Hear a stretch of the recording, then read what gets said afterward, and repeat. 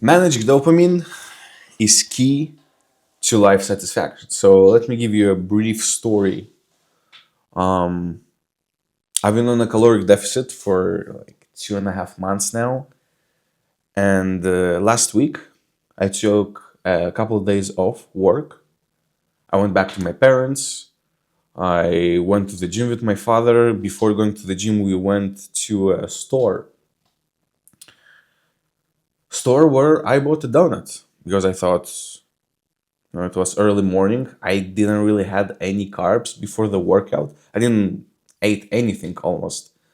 So I thought, okay, I will get myself a donut because that store specifically has the best donut ever. It's like New York roll with cocoa filling. It's like amazing. I went to the store. There was no such donut. So I thought, okay, I will get a donut that is not that good, but instead I will take two. I think that's a fair trade. Instead of two, I took three.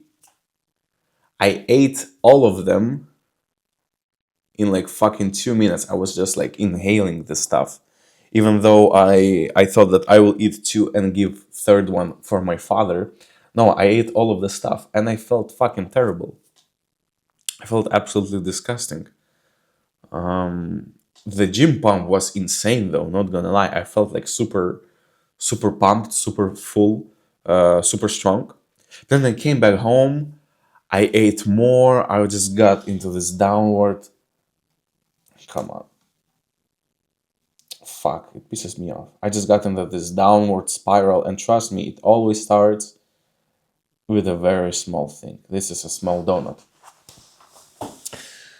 So I went back home and like I ate all of the snacks I had. Man, I was just eating. I was already full. I was feeling sick, but I just wanted to eat more. I just wanted to throw up so I have more space in my stomach. I wanted to throw up so I can eat more. I understood, wow, like I'm fucked. I'm eating more not because I'm hungry, not because I need more energy, but because my dopamine is fucked.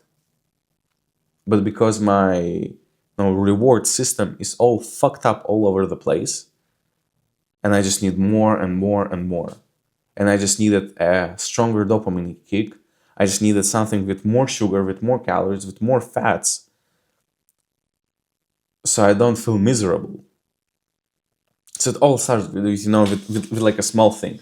It all started with the craving of one donut.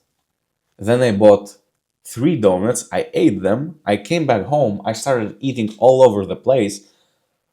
I already got sick of food, right? So I couldn't eat more. But I needed a stronger dopamine kick, so I started scrolling on social media at like fucking 11 p.m. Although I go to sleep at 10 p.m. And it was just fucking disgusting. Then the next day I had to go to the office to work, and god damn it, at the same day they bring more snacks to the office. I ate almost all of them. Oh my god, I felt so disgusted. It was like such a strong brain fog. I was lethargic all the time, and it's just this in just this downward spiral. Oh my god, I felt like disgusting. And it all happened in this week. Currently it's Saturday. It all happened on Tuesday. That it all started with this small fucking donut. I ate so much, I felt terrible. Then on Wednesday, I went to office. They got more snacks, specifically cookies. I was just eating all over the place. And on Wednesday is there I understood, okay, it's like the rock bottom. I just can't do this. Like it's the worst place ever. The pain is so bad that I just need to change something right now. So specifically on Wednesday, I got this book.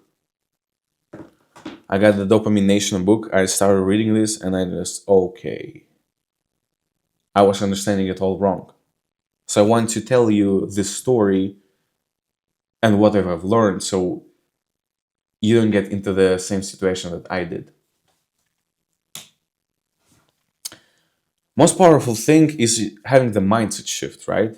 So understand that it's not you who actually wants the dopamine hit. It's that part of your brain which is still used to live in the caveman times when you were living in the times of deficit, in the times of scarcity, in the times of uncomfort and limited pleasure. Because our brains, you know, they are the way they are for I think like 70,000 years now. For the 70,000 years now, and it's only been now like 30 years that we have such a great great comfort and such a huge availability of instant gratification, of instant pleasure. Like all this shift to more pleasure started, I think, like 7,000 years before Christ. So around 9,000 years ago, when our ancestors switched from being hunter gatherers to farmers and having their own, farms, having their own crops, because it's when having their own crops that they started, acquiring stockpiles of food, which is the definition of more comfort what they had at the time. And this part of our brain that is craving more and more pleasure because we don't know how to deal with all of this excess pleasure is amygdala, right? It's amygdala which is responsible for instant pleasure and for emotions. But it's actually, when you think about yourself, when you think who am I, it's actually the prefrontal cortex. This is actually the consciousness. So the book says about being mindful as a definition of observing thoughts as something that is separate from you, but at the same time as part of yourself. So the author phrased it as looking at the Milky Way, right? At the Milky Way galaxy. When you look at the night in the sky, you see the Milky Way as something being apart from you, but at the same time, you are the part of the Milky Way. You are the part of the galaxy. So that's how you should think about all of these dopamine cravings that you have. Because you are prefrontal cortex. What is this? It's part of the brain. And you get a feeling of a quick dopamine. For example, you see a donut, glazed donut at the store. Oh my God, you want it so much. It looks so sexy. It looks so appetizing, sweet, sexy, yummy. Wow, I want this right now. That's not you who wants this. It's the amygdala. Amygdala who is not used to so many pleasures in the current modern world. So amygdala is sending signal to your actual self to get the donut, but you don't have to do this because that is not you. But this part is part of your brain. This part is also part of your brain. So at the same time, observe this thought as part of you and something that is not part of you. I know that might sound confusing. I'm not that good at explanations, so just read this book. Just read the Dopamination. It will explain it much better. But the basic thing is that when you get this craving for dopamine, it's not really you who wants this. It's your monkey brain, which is not used to so much overstimulation in the current world.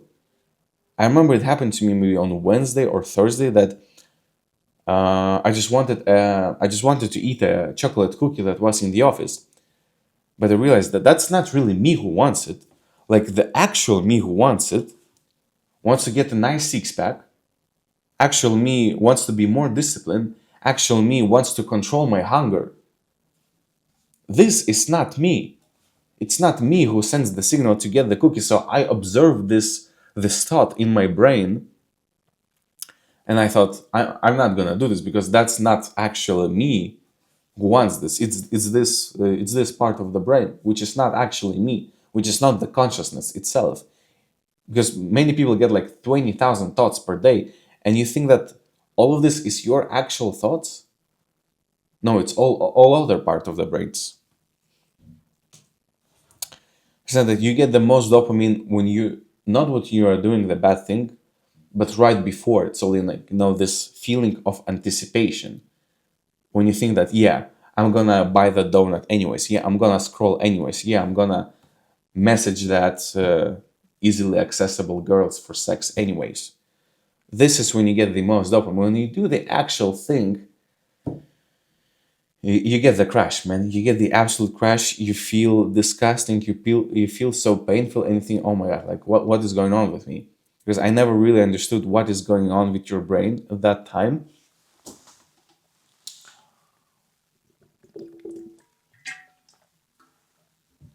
And what happens is that you absolutely crash, and you are no longer. It's like the post nut clarity, right? You understand that.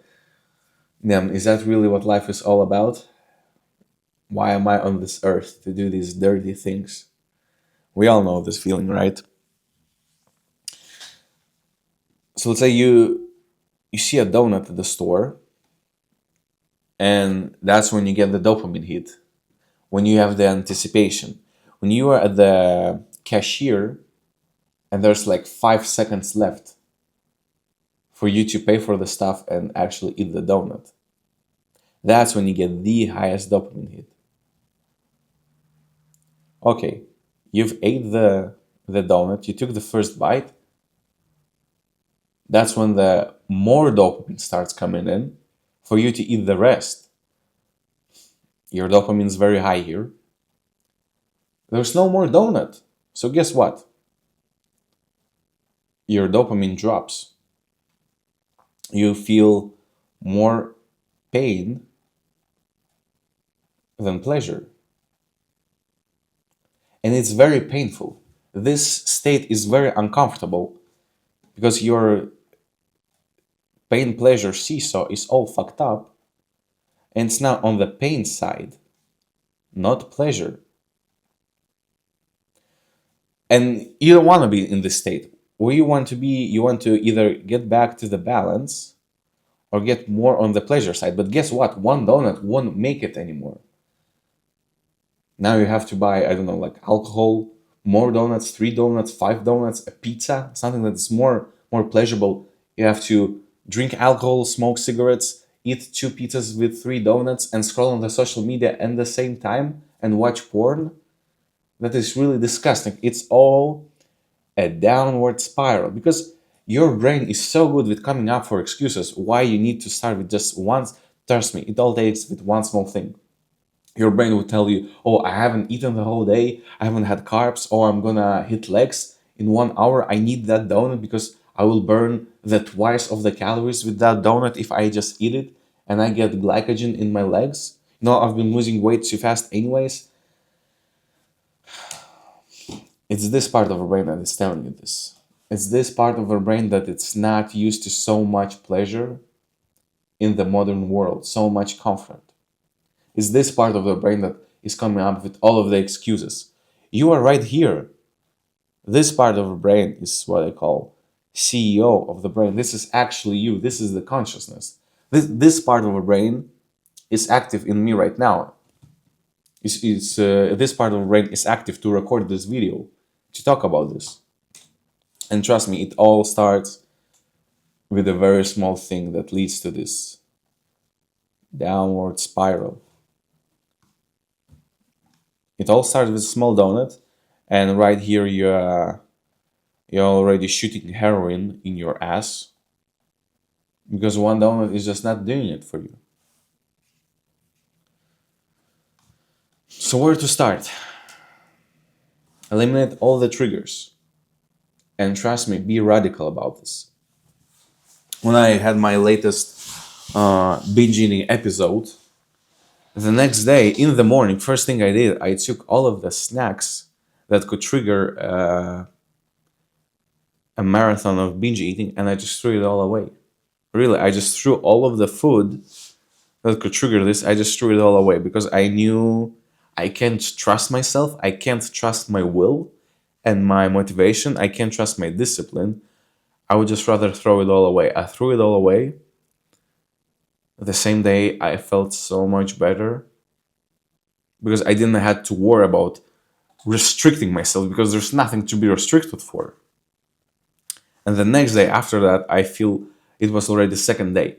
I felt so much better, man. Really, I felt so much better because I know it all starts with just a small thing. Man, if you eat one donut, Like you will be fine, right? If you're like young, 22 years old, you go to the gym, one donut won't do really anything bad for you. In fact, it will just give you more energy for the gym. So that's kind of a good thing. But the problem is that it leads to all of the bad things. Because when you just do small bad thing, you still want that bigger dopamine kick. And it leads to something worse and worse and worse. And before you know, you are shooting heroin. So that's a bad thing. That's where you should be really, really radical about this. So start the dopamine detox. I know I talked about this in the previous video on dopamine, but I can't stress enough how important it is. I think it's the key to all life secrets. I think it's the key to all life achievements. It's not testosterone, it's not having rich parents, it's not having a huge jawline, it's not about being 6'5". It's not about having like this hunter eyes. No, it's about the dopamine detox, man. It's all about the dopamine detox. So start with eliminating all of the bad things. Don't start, with exercises, with cold showers. Don't start with fasting. Start with eliminating all the bad things first. Because if you sleep in the bed the whole day, guess what? You haven't done any of the bad things. Unless bad thing on your list is sleeping the whole day. So just eliminate all distractions. Delete all the social media, because this thing, what time is it? 12. This thing is the worst human invention ever. It's insanely addicting. I mean, look at this. It's all grayscale right now, and I should put it in the focus mode. Actually, you see, even right now, it's disturbing me. Now it's on a no disturb mode. Great. So delete all social media apps. Like, trust me, be radical about this. Of course, you might use YouTube for work or study related purposes. So I recommend this add-in Undistracted, where you can eliminate banners, eliminate shorts, eliminate comments, eliminate the recommended next, and it just directly redirects you to your subscription page. So that's really useful. Put phone on focus mode in grayscale always. I mean, it's always for me. So of course, sometimes I miss texts and calls from people. I think that's a good trait. Stop eating processed food, because if you eat, whole foods, something that is natural, something that grows on the trees or is running in the woods, it's much more difficult to overeat this stuff. It's much more difficult to binge this. If you have like only eggs in your fridge, imagine just eggs, just chicken eggs, not chocolate eggs, regular eggs from chickens raised in farms. How likely are you to binge on this when you get back home? You're all fucked up and you just crave something. You want to eat something. You want a donut, and all you have in your fridge is eggs. Do you think you are likely to binge it? Of course, I understand it's not realistic for you to have only eggs in the fridge because you need other food too. I understand. But you get the idea, right? The more radical you are with this. So, for example, right now in my fridge, I have only chicken, potatoes, like cottage cheese, eggs, milk, broccoli. How likely am I to binge it on this? Extremely unlikely. And binge eating is what most people will turn to, even if you hadn't had problem with this before. I haven't had problem with this, never, because I was always a skinny kid. But when you get into this, dopamine cravings, food is probably like number one thing you will turn to, because it takes so little time to consume it. Because you may have deleted all the social media, for you to download YouTube or Instagram or TikTok back, it probably will take you like 1 minute to download it and maybe 5 seconds to log into your account. So like 1 minute and 5 seconds. For you to eat the food, it probably like takes you 3 seconds to open the jar of cookies and stuff it in your mouth. 3 seconds versus 65. So even if you never had problem with binge eating, trust me, you will get there. Of course, no alcohol, no nicotine, absolutely prohibited. Like vapes and electronic cigarettes are the worst. No sex, not even slightly sexual content. Because slightly sexual content, could be like some sexual poster or I know some girl's picture in the bikini where she's chilling in like in the south of France. And as I said, small things leads to big things. Before you know anything, you're a sex addict. So trust me, just be radical with elimination. And of course, control your hunger. Somewhere I saw a quote that if you can control your hunger, you can control anything. You can control any of your feelings, because hunger is actually the the most difficult feeling to control, right? Hunger is necessary for you, like on the evolution style, for you just to survive. Like it's the strongest urge you will feel, stronger than pull towards sex, right? Because if you don't have sex, you can still live, but if you don't have food, you will die, right? So it's the strongest urge you can have. It's like the master of them all. So that's why I would recommend for you summer to year, start fasting. Don't do that every day, but fast for like 20, 24 hours, maybe every week, every second week. And for every day, you can put yourself in like food consuming constraints, time constraints for like 10 a.m., 11 a.m. It's the time when you can start eating, and you stop eating at like 6, 7 p.m. I think that's absolutely realistic. And goal is not to make it perfect for every single day. The goal is to not quit for 30 days. That is the actual goal. If you're able not to quit for 30 days, you have won. Trust me, you've achieved this. Because even for me, like I don't expect to be it's perfect for every 30 days, because you never know what can happen. Like you get stressed constantly in your job, in your studies, and you just say like fuck it. I'm gonna binge today. That's fine. Like really, that happens.